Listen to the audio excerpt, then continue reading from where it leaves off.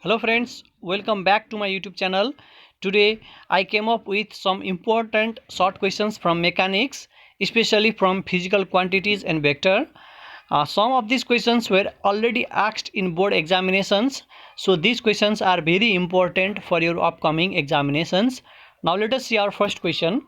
The force F is given in term of time t and displacement x by the equation F is equal to a sin bx plus c sin dt. What is the dimension of d by b? So let's see this working part. We have given equation this, and the basic idea for this question is this quantity bx and this quantity dt, they should be dimensionless. If we see the quantities after sine, cos, tan, cot, cosec and sec, these quantities should be dimensionless. So here bx is dimensionless. Dimensionless means m0, l0 and t0. We can write them like this: m0, l0 and t0. This means dimensionless. So we need to find dimension of b here, which means dimension of x should come in the denominator, and we can write dimension of b like m0 l minus 1 or t0, or simply we can write l minus 1. Here dt, dimension of dt is also dimensionless. So dimension of d will be t to the power minus 1 or simply t minus 1. And according to this question we need to find the dimension of d by b. So at first we'll write dimension of d and the denominator will be dimension of b. On solving we will get dimension of d by b as l t to the power minus 1. In some questions they will ask what is the quantity d by b. In such case also we can solve like this, and finally we can write this d by b is meter per second, which means this is speed or velocity.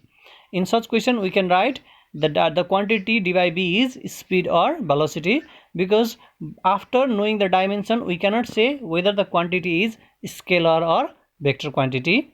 That is the failure of dimensional analysis.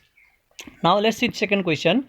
If y is equal to a plus bt plus ct square, where y is the distance and t is the time, what is the dimension and unit of c? We have one principle that is called principle of homogeneity. According to that, in this type of equation, every part of this equation or every term of this equation should contain the same unit, should give the same unit and same dimension. If we know the dimension of y, then we know dimension of a. The dimension of y will be same as dimension of a. Dimension of bt is equal to dimension of y, and again dimension of ct square is equal to dimension of y. That is the meaning of principle of homogeneity. So we can write dimension of y is equal to dimension of ct square. We are doing this because we need to find the dimension of c. Now dimension of c is equal to dimension of y divided by dimension of t square, which means l t to the power minus 2. So this is the answer.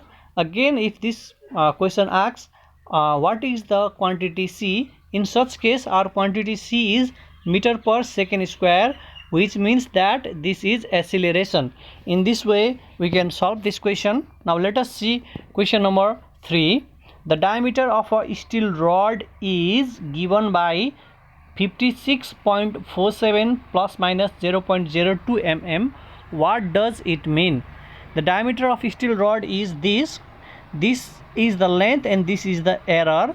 Now we need to write the meaning of this quantity. Here given diameter of the rod is 56.47 0.02 mm. Don't forget to write this unit, which means the actual length of the diameter of the rod is 56.47 millimeter with 0.02 with plus minus 0.02 instrumental error. So actual length of the rod is 56.47 plus 0.02 mm or 56.47 minus 0.02 mm. Therefore measuring instrument measures either this or these. So we need to at first subtract and then add, and then we need to write the two values because this is the error If we add or subtract this value, then we will get the actual value. Now also we are confused with actual value. This or this, first or second one can be the actual value, because this is the error of the instrument. So this is the actual meaning of the given question. Now let us see question number 4. Taking f, L and T as a fundamental quantities. Here f is force, L is length and T is time. Find the dimension of density.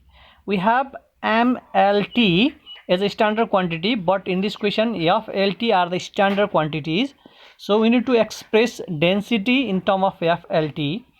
Density is mass per unit volume. Here mass per unit volume. As question is asking F, question is saying that F is standard quantity, so we multiply this M by A, and again we divide by A. In this way we can divide and multiply by the same quantity. This M into A will give us F. This volume is L cube, then acceleration is L T to the power minus 2. On arranging this we will get F L to the power minus 4 and T to the power 2.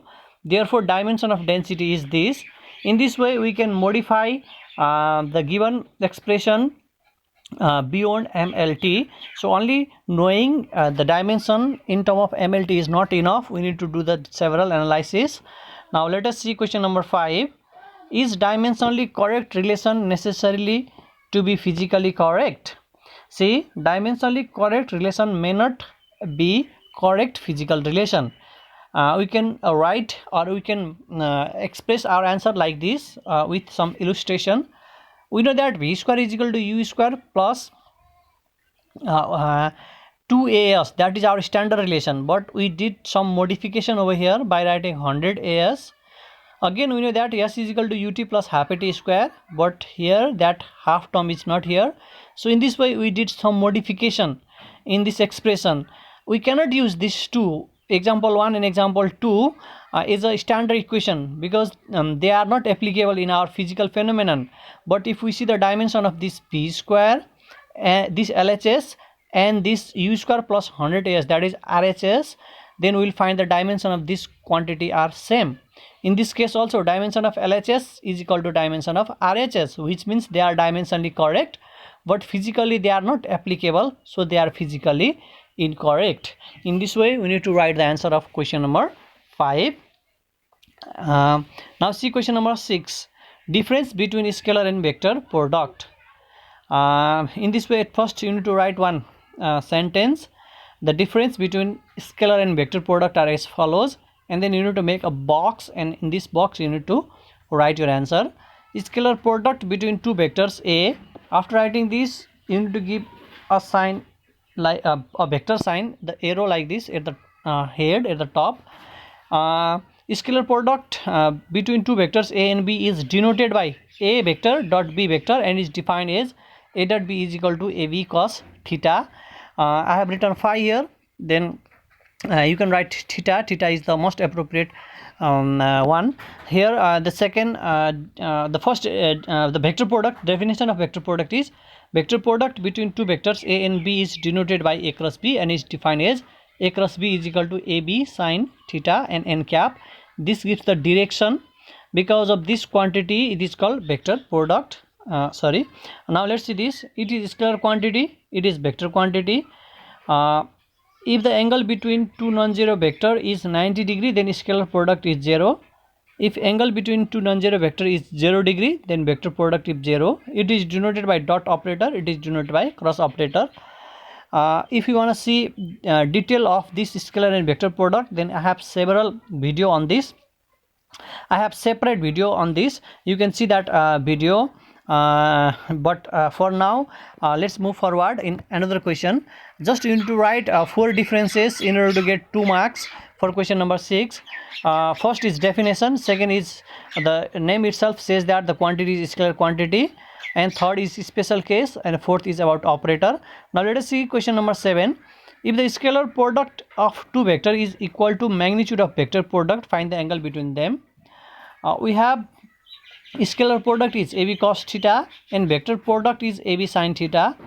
Here I have written magnitude of vector product. This is the magnitude of vector product, If you need to write the direction, then that will be n and cap. After writing n, we have to write cap. This is the direction. Now according to question, we can write AB cos phi or AB cos theta is equal to AB sin theta. AB and AB will cancel. On dividing both side by cos theta, we will get 1 is equal to tan theta. So theta is 45 degree. At 45 degree, scalar product and magnitude of cross product or vector product are equal with each other. Now let us see question number 8. If A cross B is equal to 0, what is the angle between them? We already know that A cross B is equal to AB sin phi or theta and cap. According to question, A cross B is 0, so AB sin theta is 0. Here if AB goes in this side, then sin theta will be 0. So 0 we can write as sin 0.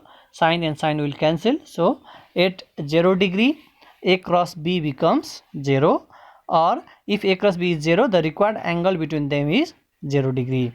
Now let us see question number 9. For two non-zero vectors, it is possible for scalar and vector product to be 0. We already know how to write this answer. This is the first part you need to write. Let us consider two vectors A and B are making angle theta with each other. Then we have, in this way, if you express your answer, then you will get full marks. The scalar product between AB, that is A dot B is equal to AB cos phi, and vector product is AB sin phi. We are just dealing with magnitude only. So for A dot B to be 0, theta must be 90 degree. For A cross B to be 0, theta must be 0 degree. So at a time we cannot get both product as a 0. In order to get this dot product 0, angle must be 90 degree. Angle must be 90 degree. Angle must be 90 degree like this. In this case, this dot product is 0. But if both vector are in the same plane or parallel, then angle is 0 degree. So both cannot be 0, because if one becomes 0, angle is 90 degree. If another becomes 0, angle is 0 degree. Now let us see this question. What does A dot A gives? This A dot A means A vector dot A vector. In every case, don't forget to write vector. Let us consider two vectors A and B are making angle theta with each other. Then scalar product is A dot B is equal to AB cos theta. But here we have A dot A, so we can write A in place of B. So A dot A is equal to AA cos 0. I have written cos 0 because a vector makes 0 degree with itself. We are writing here A dot A. So AA cos 0. Cos 0 is 1, and A and A will give A square. It means scalar product of, this is scalar product of vector quantity with itself is a simply scalar quantity whose magnitude is square of, whose magnitude of this quantity is square of magnitude of A. Square of magnitude of A is scalar quantity, and this is the scalar product of a vector with itself. Thank you very much. See you in another video. All the best for your upcoming examinations.